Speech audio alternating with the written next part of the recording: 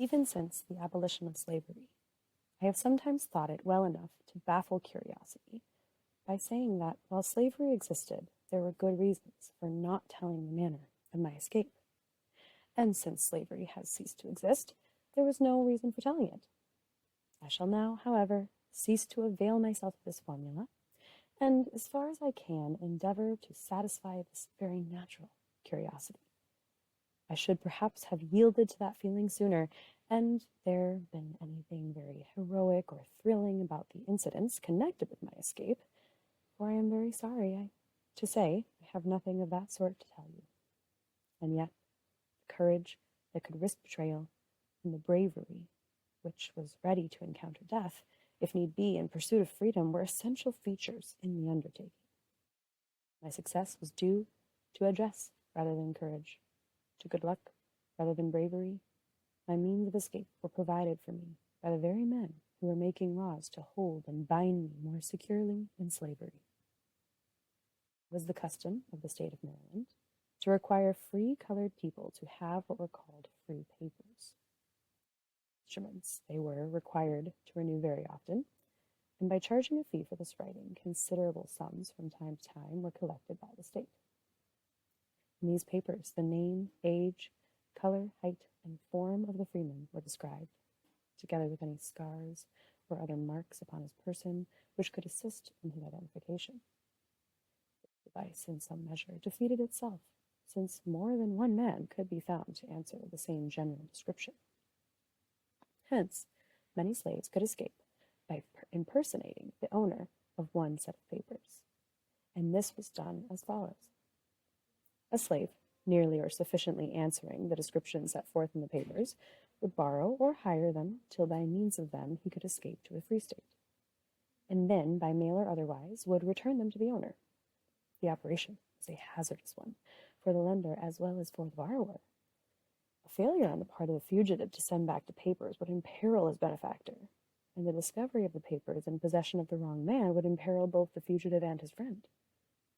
It was, therefore, an act of supreme trust on the part of a freeman of color, thus to put in jeopardy his own liberty that another might be free. It was, however, not unfrequently bravely done, and was seldom discovered. I was not so fortunate as to resemble any of my free acquaintances sufficiently to answer the description of their papers, but I had a friend, a sailor, who owned a sailor's protection, which answered somewhat the purpose of free papers, describing this person and certifying to the fact that he was a free American sailor. The instrument had at its head the American eagle, which gave it the appearance at once of an authorized document. This protection, when in my hands, did not describe its bearer very accurately. Indeed, it called for a man much darker than myself, and a close examination of it would have caused my arrest at the start. In order to avoid this fatal scrutiny on the part of railroad officials, I arranged with Isaac Rolls, a Baltimore hackman, to bring my baggage to the Philadelphia train just on the moment of starting, and jumped upon the car myself when the train was in motion. Had I gone to the station and offered to purchase a ticket, I should have been instantly and carefully examined, and undoubtedly arrested. In choosing this plan, I considered the jostle of the train, the natural haste of the conductor, and a train crowded with passengers, and relied upon my skill and address in playing the sailor, as described in my protection, to do the rest. One element in my favor was the kind feeling which prevailed in Baltimore and other seaports at the time toward those who go down into the sea in ships. Free trade and sailors' rights just then expressed the sentiment of the country. In my clothing, I was rigged out in sailor style. I had on a red shirt and tarpon hat, a black cravat tied in sailor fashion carelessly and loosely about my neck.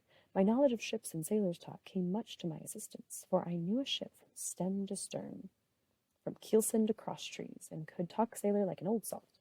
I was well on way to Havre de Grace before the conductor came to the black car to collect tickets and examine the papers of his black passengers. This was a critical moment in the drama. My whole future depended on the decision of this conductor. Agitated though I was while in this ceremony was still proceeding, still externally at last, I was apparently calm and self-possessed. He went on with his duty, examining several colored passengers before reaching me. He was somewhat harsh in tone and peremptory in manner, until he reached me, when, strange enough, to my surprise and relief, his whole manner changed. Seeing that I did not readily produce my free papers, as the other colored persons in the car had done, he said to me, in friendly contrast with his bearing towards the others, "I suppose you have your free papers?" To which I answered, "No, sir, I never carry my free papers to sea with me." "But you have something to show you are a free man, haven't you?" "Yes, sir," I answered. "I have a paper with the American eagle on it that will carry me around the world." With this, I drew from my deep sailor's pocket my seaman's protection, as before described. The merest glance at the paper satisfied him, and he took my fare and went on about his business. This moment of time was one of the most anxious I had ever experienced. Had the conductor looked more closely at the paper, he could not have failed to discover that it called for a very different-looking person from myself, and that, in the case, it would have been his duty to arrest me on the instant and send me back to Baltimore for the first station.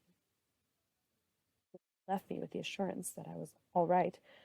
Though much relieved, I realized that I was still in great danger. I was still in Maryland, and subject to arrest at any moment. I saw on the train several persons who would have known me in any other clothes, and I feared they might recognize me, even in my sailor rig, and report me to the conductor, who would then subject me to a closer examination, which I knew well would be fatal to me. Though I was not a murderer fleeing from justice, I felt perhaps quite as miserable as such a criminal. The train was moving at a very high rate of speed for that epoch of road travel, but to my anxious mind it was moving far too slowly. Minutes were hours, and hours were days during this part of my flight.